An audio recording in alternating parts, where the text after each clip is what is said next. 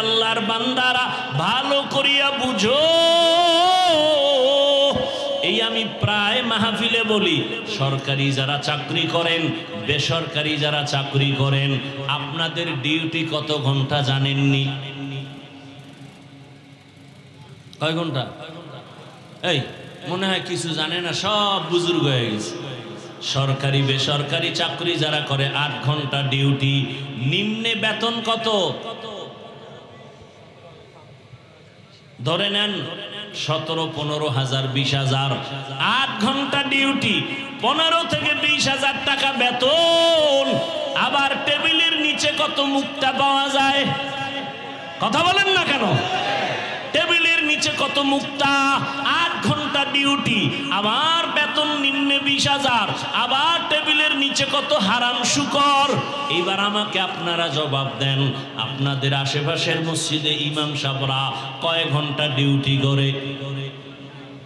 বলেন না কেন? এটা বলতে কষ্ট লাগে না? জানেন না ইমাম সাহেবরা মসজিদে কত ঘন্টা ডিউটি করে? 24টা ঘন্টা। বলেন বেতন কত দেন? হ্যাঁ, 5,000। শহর এলাকায় একটু বেশি হতে পারে, গ্রাম অঞ্চলে গিয়া গতকাল এক জায়গায় জিগাইলাম, কয় 2,500। ইমামের বেতন, খতিবের বেতন 3,000। 24 ঘন্টা ডিউটি, তাও আবার রিমান্ডের মতো রাখে। রিমান্ড, জোহরের নামাজে ইমাম সাহেব নাই, রাস্তায় খাড়াইয়া আসরের সময় কয়, ওই ইমাম সাহেব জোহরের সময় গেছিলেন কই? ইমাম সাহেব কয়, কে তুমি? আমি রিক্সা চালাই। তোমার এত পাওয়ার কেন? কয় মাসে 5 টাকা বেতন দেই। এরকম বেয়াদব নাই? 24 ঘন্টা ডিউটি, বেতন 5,000। উঁচু পর্যায়ে থাকলে 10,000, তাও মাসে মাসে দেওয়া হয় না। বাকি আর বাকি, সভাপতি দেয় 100 টাকা। কথা কন না কেন? সেক্রেটারি দেয় 50 টাকা। এইভাবে খয়রাত কইরা কইরা উঠাইয়া একজন ইমাম খতিবের বেতন দিতে হয়, রিমান্ডের মতো রাখে। বলেন এর মতো জুলুম কি দুনিয়াতে আর হতে পারে? 24 ঘন্টা ডিউটি। ইমাম সাহেবের মনে হয় একটু ওভার টাইম আছে গার্মেন্টসে, না? হ্যাঁ, দুনিয়ার সব ওভার টাইম করে, ইমামের 24 ঘন্টায় ওভার টাইম কই? এরপর ইমাম সাহেব এই জুলুমের শিকার হইয়া কোনোদিন কেউরে গালি দিছেনি? কোনোদিন জুমায় বলছে, আপনারা যদি আমার বেতন 30,000 না করেন, আসরের নামাজের থেকে এই সূরাগুলো উল্টা পড়া হবে? বলছে? কোনদিন কোন কমিটির বিরুদ্ধে মানববন্ধন করেছে? করে নাই। বরং যখনই মোনাজাত দেয়, কলিজা ভরে দোয়া করে, আল্লাহ এলাকায় শান্তি দাও, অসুস্থ রোগী সুস্থ বানাও, কবরওয়ালাদের জান্নাত দাও, ব্যবসায়ীদের ব্যবসায় বরকত দাও। এরপরেও এই জমিনে যারা বলে হুজুরেরা খারাপ, আমি বলি তোমার 14 বংশের রক্ত সবার খারাপ। রক্ত ভালো না, তাড়াতাড়ি রক্তের চিকিৎসা কর, রক্তের ভিতরে ক্যান্সার ঢুকেছে। ও আমার আল্লাহর বান্দারা, ও মায়ার নবীর উম্মতেরা, কয়দিন জবানটাকে কন্ট্রোল করো। কেমনে কন্ট্রোল করবা? তাকওয়ার রশি লাগাও, আল্লাহর ভয়। আর এই তাকওয়ার ঠিকানা কোথায়? বলে উলামায়ে কেরামের কলবে তাকওয়া, উলামায়ে কেরামের সোহবতে তাকওয়া। আল্লাহর ওলি যারা, যাদের বয়ানে দিল নরম হয়, চোখে পানি আসে, আমল বেড়ে যায়, এমন আল্লাহওয়ালাদের কাছে যাও, দেখবা তোমার দিল সোজা হয়ে যাবে। আল্লাহর মোহাব্বতওয়ালা বান্দাদের কাছে যাও, আর আখিরাতের কথা ভাবো, মরণের কথা ভাবো। আজকে শাহীবাজারের বয়ান রাত্র 12টা পর্যন্ত মানুষ বসে বসে বয়ান শুনে। ও যুবক, আগামীকাল এই বাগান আর থাকবে না, তুমি এখন সুস্থ। বুঝাবার জন্য বলি, হতে পারে কালকে তুমি হবা হসপিটালের রোগী, না হয় এমনও যদি হয়ে যায় আল্লাহ পাক তোমাকে নিয়ে যাবেন। তুমি গিয়া বাসায় মোবাইল চালাইয়া যখন দরজা লাগায় ঘুমাবা, 10টা 11টায় আম্মু যখন ডাকবে, হঠাৎ দেখবে আওয়াজ নাই। ও বাবা, তোমার আজরাইল আসিয়া জীবনটা নিয়ে গেল। মা একটা চিৎকার দিয়া বলবে, মায়ের অন্তরে আঘাত লাগছে, মা চিল্লায় বলবে, তোরা কই আছো আয়, আমার বাবা বুঝি দুনিয়ায় আর নাই। ওই মা চিল্লায় বলবে, আমার আম্মু বলিয়া ডাক দিবে কে, আমি তো আর আম্মু ডাক শুনবো না। বাবায় টেলিফোন করবে, ইমাম সাহেব আমার সন্তান বেঁচে নাই, জানাজা না পড়ায় যাবেন না। এক দলকে বলবে তাড়াতাড়ি যা দোকান থেকে কাফন নিয়ে আসো, আর এক দলকে বলবে বাঁশবাগানে যাও কবর খনন করো, কাউকে বলবে গরম পানি কর গোসল দেওয়ার জন্য। ওই যে উত্তরায় মাইলস্টোন স্কুলে বিমান দুর্ঘটনা, কত বাচ্চা চলিয়া গেল, আগুনে পুড়িয়া গেল। আমার জুমার মসজিদের এক মুসল্লি সেদিন দেখা, আমি বললাম ভাই তার একটা মেয়ে বাচ্চা ওই কলেজ স্কুলে পড়ে, দুপুর বেলা মা আনার জন্য গেল, বাচ্চা অন্য দরজা দিয়া রাস্তায় এসে দাঁড়ানো, মা আর এক গেট দিয়া ভিতরে গিয়া আটকে গেছে, আর আসতে পারে নাই। বিমানের আগুনে ঝলসে সে জায়গায় মারা গেল। ওই বাচ্চা বারবার বলে, ওই বাবা আমার আপন বন্ধুকে বললাম, ভাইজান আপনার ছেলে মেয়ের খবর কি, ওর মা তো দুনিয়ায় নাই। লোকটা কিং কর্তব্য বিমূঢ় হইয়া চোখের কোঠায় পানি, বলে হুজুর কি বলবো, বাচ্চাগুলো আমারে দেখে, কিন্তু ওই বাচ্চা ছোট মেয়েটা যে স্কুলে পড়তো, ও বারবার বলে আমি আম্মু বলে কারে ডাক দিব, আমারে আম্মুর আদর কে দিবে। ওরে আমি তো বুঝতেছি ওরা টাকা দেই, খানা দেই, পোশাক দেই, যা কিছু দেই না কেন, ওই বাচ্চাদের মনের মধ্যে একটা জ্বলন জ্বলতে আছে, ওদের কেমন যেন কিসের অভাব, টাকাও দেই, খানাও দেই, কিন্তু ওই বাচ্চাগুলো এতিমের মতো ডানে একবার তাকায়, বামে তাকায়, বলতে পারে না ওরা বা দেখি আমার সব আছে কিন্তু মা নাই, আমার মায়ের আদর থেকে আমরা বঞ্চিত। আরে একটা মা সন্তানের যে কত আপন, ও টাকাওয়ালা বাবারা, ও বৃদ্ধ বাবাজিরা, ও ব্যবসায়ী বাবারা, আজকে তুমি দেশের গ্রামের বাড়ি ছাড়িয়া ঢাকার শহরে চাকরি করো, ব্যবসা করো, তোমার মায়ের খবর জানো, এক রাতও মোবাইল না করিয়া ঘুমাইতে পারে না। রাত্র যতটাই হোক না কেন বারবার মোবাইল করে, বাবা কেমন আছো, কখন না খাইবা। ওই মা বাবার চোখের পানি, আজকে তুমি টাকার মালিক, বাড়ির মালিক, গাড়ির মালিক, ওই মা বাবার চোখের পানি আর দোয়া ছাড়া আমি চেয়ারে বসতে পারি না রে বাবা। বাড়ির মধ্যে মা কত মেহমান খানা খাওয়ায়, গোশত পাকায়, কিন্তু মা নিজে খায় না। আমার সন্তান একটা আমার কিনারায় নাই। ও আল্লাহর বান্দারা, এই ময়দানে কারা জানি মা হারায় ফেলছো, কে জানো বাবারে হারায় ফেলছো। ওরে আল্লাহর বান্দারা, যার বাবা নাই তার দোয়ার দরওয়াজা একটা বন্ধ, যার মা নাই তার দোয়ার দরওয়াজা দোনোটা বন্ধ হয়ে গেছে। আর যার মা বাবা এখনো আছে, মোনাজাতের পরে বাসায় গিয়া দেখবা মা ঘুমায় না,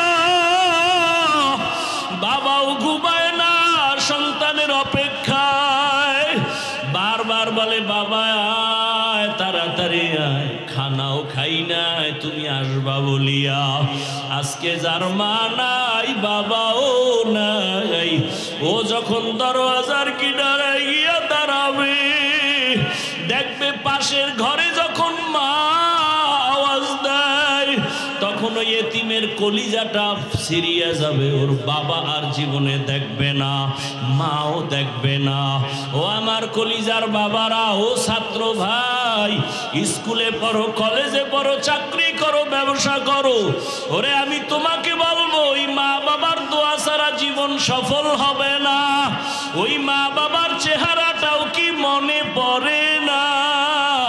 ওই মা বাবারে যারা কষ্ট দিয়া কাঁদাইছো, ওরে আল্লাহর বান্দারা, এখনো সময় আছে, দোয়া চাও।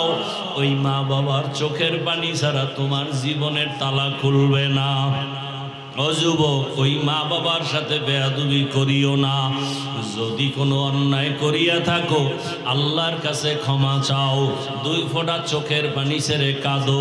তোমার মতো কত যুবক তাকায় দেখো, স্কুলে কলেজে পড়িয়াও নামাজ ছাড়ে না। তুমি নিজেরে জিজ্ঞাসা করো, তুমি কেন পারো না? তোমার মতো সন্তান রাস্তায় গাড়ি চালায়, নামাজ ছাড়ে না। বলো বাবা, তুমি কেন নামাজ পড়তে পারো না? তোমার মতো কত যুবক র্যাব, আর্মি, পুলিশ, বিডিআরের চাকরি করে, ডাক্তার, প্রফেসর, ইঞ্জিনিয়ার, 5 বেলার নামাজ পড়ে। ও বাবা, গাড়ি চালায়, ড্রাইভার, নামাজ পড়ে। বলো তুমি কেন পারো না? ও ব্যবসায়ী বাবারা, আপনার মতো কত ব্যবসায়ী 5 ওয়াক্ত নামাজ পড়ে, আপনি কেন পারবেন না? ও চাকরিজীবী বাবারা, আপনার মতো কত চাকরিজীবী চাকরিও করে, নামাজ পড়ে, আপনি কেন পারবেন না?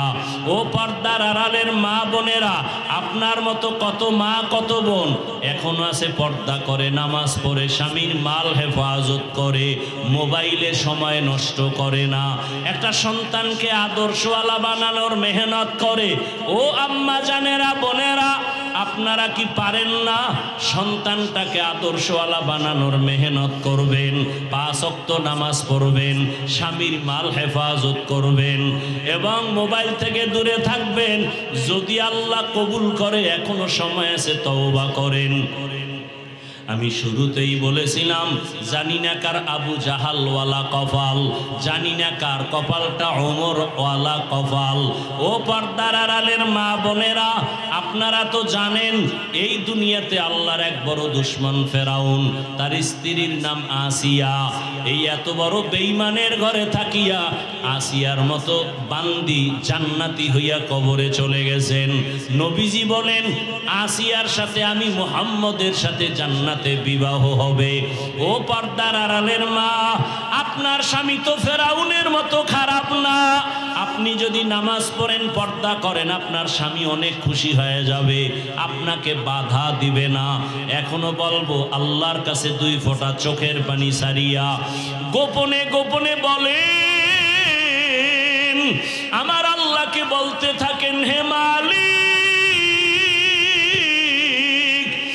আর বেপরদায় চলবো না, নামাজ ছাড়বো না, মোবাইলে সময় নষ্ট করব না, স্বামীর মাল হেফাজত করব, সন্তানটাকে আদর্শওয়ালা বানানোর মেহনত করব। ও আমার বৃদ্ধ বাবাজি, যুবক বাবারা, মনে মনে আমার আল্লাহকে বলো, হে আল্লাহ, আমার মতো যুবক জেনারেল লাইনে থাকিয়া যদি নবীর সুন্নত অনুযায়ী নামাজ পড়ে, আলেম ওলামার পরামর্শ নিয়ে চলে, শিক্ষকের দোয়া নিয়ে চলে, আমি কেন পারবো না? আজকে থেকে তওবা করো, আল্লাহকে বলো, আল্লাহ আর নামাজ ছাড়বো না, দাড়ি কাটবো না, বেপরদায় চলবো না, মা বাবার দোয়া নিয়া, শিক্ষকের দোয়া নিয়া, ওলামায়ে কেরামের পরামর্শ নিয়া নবীজির তরিকা আদর্শে চলবো। আর মা বাবার সাথে বেয়াদবি হয়ে থাকলে গোপনে গিয়া ক্ষমা চাইও। মা বাবার কাছে ক্ষমা চাইলে সম্মান কমে যাবে না। শিক্ষকের সাথে বেয়াদবি যদি হয়ে থাকে, ক্ষমা চাইও। শিক্ষকের কাছে ক্ষমা চাইলে সম্মান যাবে না। ও যুবক, ঘরে গিয়া মাকে বলবা, মা আজকে শাহী মহল্লার দিকে ওয়াজ মাহফিলে গেলাম, কত যুবকের দেখলাম চোখে পানি, আমার চোখে কেন পানি আসে নাই? মা, মনে হয় আল্লাহ বেজার হয়ে গেছে। মা, আমি তোমার সাথে অনেক বেয়াদবি করেছি, আজকে তওবা করে আসছি, আর বেয়াদবি করব না। তুমি আমার মাথায় হাত দিয়া দোয়া করে দাও। ও যুবক, যদি মাকে বলতে পারো, দেখবা মায়ের চোখে পানি। মা কান্না করে বলবে, বাবা মাথায় হাত দিয়া ডাক দেবে, ও আরশে আজিমের মালিক, আমার কলিজার সন্তানটাকে তুমি কবুল করিয়া নাও। মা যদি মাথায় হাত দিয়া দোয়া করে, আমার আরশে আজিমে কবুল। ও যুবকেরা, বাবারে পাইলে দোয়া চাও। মা বাবা বাবার দোয়া ছাড়া কপাল খুলবে না। গুনার থেকে আল্লাহর কাছে তওবা করো। জবানের দ্বারা গুনাহ করব না, চোখের দ্বারা গুনাহ করব না, হাতের দ্বারা গুনাহ করব না। ওলামায়ে কেরামের খেদমত করব। আলেম হতে না পারলেও আলেমের দিল থেকে মোহাব্বত করব। আল্লাহর কোরআনটা সিনায় লাগাবো, তেলাওয়াতের চেষ্টা করব। ও আল্লাহর বান্দারা, তওবা করার যদি অন্তরে নিয়ত থাকে, মুনাফিকি না থাকে, খাঁটি অন্তরে তওবা করলে আমার মাওলা কুদরতের দ্বারা কবুল করে নেবেন। তওবার নিয়ত যাদের আছে, মুনাফিকি নাই, আল্লাহর মোহাব্বতে তওবার নিয়তে দুটো হাত আমার আল্লাহকে দেখায় দাও। আয় আল্লাহ, হাতগুলো কবুল করে নেন, তওবা কবুল করে নেন। তওবার উপরে মজবুত হইয়া চলার মতো তৌফিক দান করেন, আমিন। যুবক বাবারা, আজকে এই শাহী মহল্লার আমার যুবকেরা কত মেহনত করিয়া আজকে আয়োজন করলেন। এরা যদি চাইতো একটা নাচ গানের প্যান্ডেল সাজাবে, পারতনি, কিন্তু ওরা নাচ গানের প্যান্ডেল সাজায় নাই। আমার এই কলিজার যুবকদের কিয়ামত পর্যন্ত, মরণ পর্যন্ত এই দিনের খেদমতের জন্য কবুল করেন, বলেন আমিন। আল্লাহ সবাইকে কবুল করেন, আরো জোরে বলেন। ভাইরা আমার, আল্লাহ পাক এই যুব সমাজকে দ্বীনের জন্য কবুল করেন। আপনারা সার্বিকভাবে সহযোগিতা করবেন না ইনশাআল্লাহ? আমি বলছি, আলেম হতে না পারলেও আলেমদের দোয়া নিয়ে চলবেন, আলেমদের সহযোগিতা করবেন। রাজি আছেন ইনশাআল্লাহ? মাদ্রাসা, উলামায়ে কেরাম, এদের দোয়া নেওয়ার চেষ্টা করবেন। আল্লাহ সবাইকে তৌফিক দান করেন। আর আমি তো আপনাদের পাশেই থাকি, এখানে আগে অনেক আসতাম, এখন তার সময় হয় না, ব্যস্ত থাকি। তো এই এলাকায় মাদ্রাসা, মসজিদ, যত উলামায়ে কেরামের সুযোগ পেলে একটু সহযোগিতা করবেন, দোয়া নিবেন, এটা আপনার জীবনের হেদায়েতের জরিয়া হয়ে যাবে। আর পাশে আমি থাকি প্রতি মাসের দ্বিতীয় শুক্রবার, ওখানে সারা রাত আমি বসে থাকি, ইজতেমা হয়। সারা দেশ থেকে অনেক আল্লাহর বান্দারা আসেন প্রতি মাসের দ্বিতীয় শুক্রবার, ইংরেজি মাসের। আপনাদের দাওয়াত, ইনশাল্লাহ যাবেন। মাগরিবের পরেই আমি ওখানে বয়ান করি প্রত্যেক মাসের দ্বিতীয় শুক্রবার। এবং ওলামায়ে কেরাম যারা যায় তাদেরকে আলাদাভাবে আমরা আবার এশান নামাজের পরে ওখানে আলাদা মজলিস হয়, বসি। যাবেন, মোহাব্বত রাখবেন, এতে কি ক্ষতি না লাভ?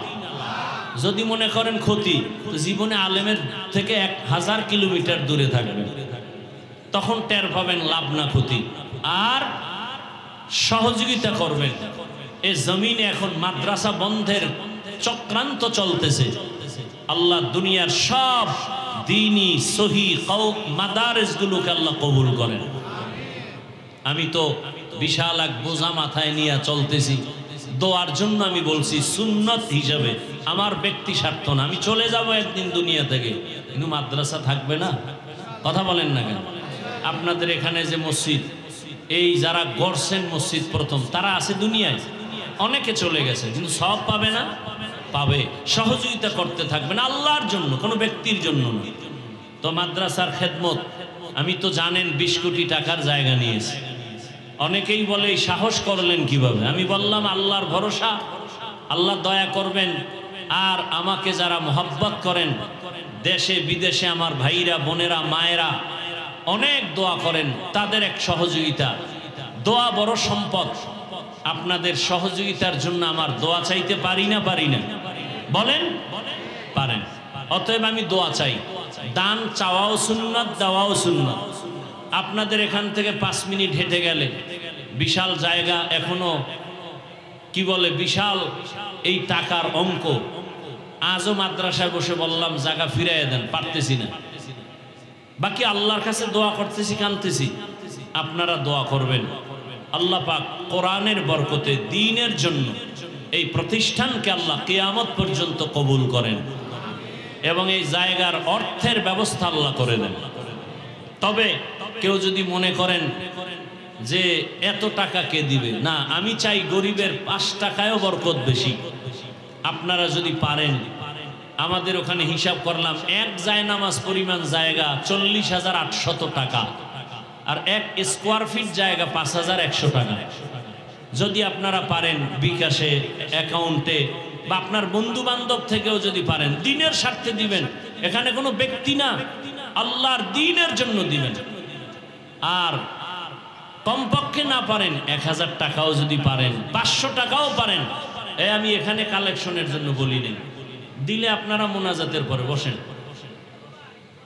আপনারা ওখানে গিয়ে দিয়ে আসবেন। আপনারা আমার প্রতিবেশী, আমি আপনাদের মেজবান, মোহাব্বতের সাথে আমি বলছি, আপনারা যাবেন এবং দোয়া করবেন, সহযোগিতাও করবেন। মা বোনদেরকেও বলছি। তবে এখানে আমার কাছে একটা হ্যান্ডবিল আছে, এটায় সব কিছু লেখা আছে, ব্যাংকের অ্যাকাউন্ট নাম্বার, বিকাশ নাম্বার। যারা কিছু দিতে চান যে হ্যাঁ আমি পরে দিব, একটা হ্যান্ডবিল মোনাজাতের পরে স্টেজ থেকে নেবেন। পরে আপনি 1000 পারেন, 500 পারেন, 5000 পারেন, 1 স্কোয়ার ফিট জায়গা 5,100 টাকা, আপনারা যে কোনো সময় দিয়েন। আল্লাহ পাকের কাছে দোয়া করি এবং আপনাদের দোয়াও চাই। আল্লাহ পাক যেন এই দ্বীনের খাদেমের মধ্যে আমাদের অংশ নেওয়ার তৌফিক দান করেন। কেউ যদি মনে করেন নগদ দিবেন, তো এখানে কার্ড আছে 5,100 টাকা 1 স্কোয়ার ফিট, এবং কুপনও আছে 1000 টাকা, 500 টাকা। যদি কেউ মনে করেন যে আমি 1000 টাকা দিয়ে গেলাম, তো স্টেজ থেকে মোনাজাতের পর একটা কুপন নিয়ে নেবেন। দিবেন না নাই, তবে একটা হ্যান্ডবিল নিয়ে যাবেন। যদি পারেন পরে দিয়েন। সর্বোপরি দোয়া চাই, আল্লাহ পাক আপনাদেরকেও মৃত্যু পর্যন্ত আল্লাহর দ্বীন, ইসলাম, কোরআন, হাদিসের খেদমত করার তৌফিক দান করেন। দোয়া করি এই মাহফিলের জন্য, এলাকাবাসীর জন্য, মা বোনদের জন্য। পার্শ্বে কবরস্থান না, কোথায়? এই সাইডে না, কবরস্থানের জন্য দোয়া করি। আল্লাহ পাক রব্বুল আলামিন আমাদের এই কবরওয়ালাদেরকে জান্নাত দান করুন।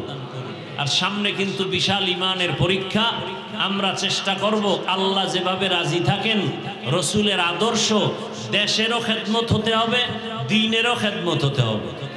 মানুষ, জান, মাল, ইজ্জত, কয়টা হলো? জান, মাল, ইজ্জতের